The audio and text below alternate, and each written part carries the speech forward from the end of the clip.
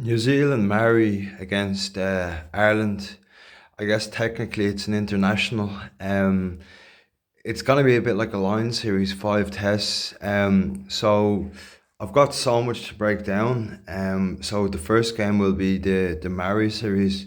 I'm just going to go through it quickly enough without getting into too much detail because there is a lot more important games to break down.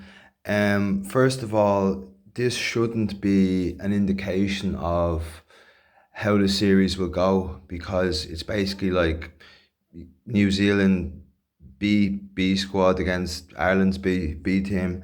Um, so I've had a look at the Irish squad, and before I read out what I think the starting team is going to be, I would assume obviously Jacob Stockdale's injured. I would assume Balakoon's injured. Otherwise, I don't understand why he isn't in the squad.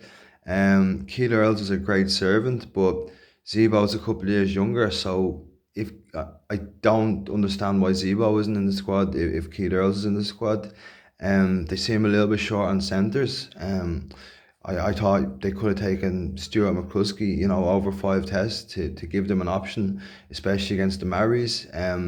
They seem like they could be spread a bit thin in certain positions over five tests. They only have three out now, out halves. Sexton is almost 37 years of age.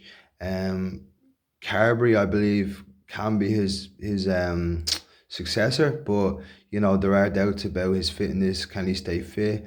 Um, I know that Billy Burns kind of didn't take his opportunity in the last Six Nations, but he has been in good form for Ulster, and I think maybe he's a little bit unfortunate not to be considered.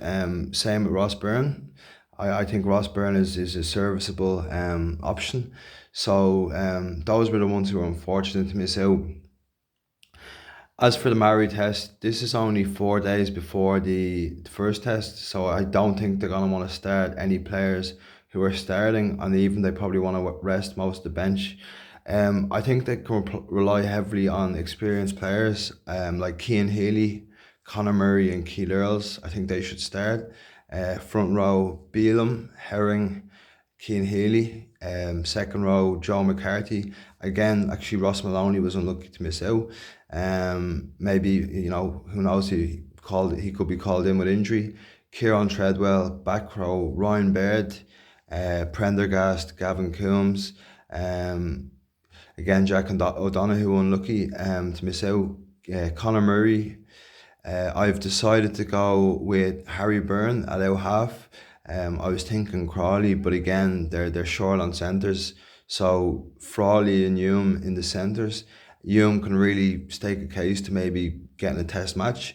Back three, Keith Earls, Jimmy O'Brien, and Michael Lowry. And I won't waste too much time. Yourself breaking it down because there's so much to get to.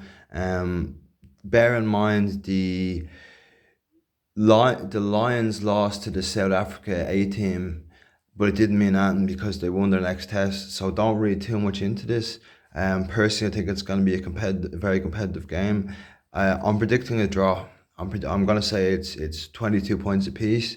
I think that the Maori offence will be very potent. I'm going to say the Maoris will score three tries because I think that they are going to, when it comes to set pieces, I think they're going to try and score tries, and I think Ireland will be, Ireland will be happy enough to keep the scoreboard ticking over with 3 points and take their chances there. I believe it's a very tightly contested game, and it'd be a great way to start the series. I'm going with a draw, but this is in no way an indication of the way the first test will go. And the All Blacks are unbeaten in Eden Park in 28 years.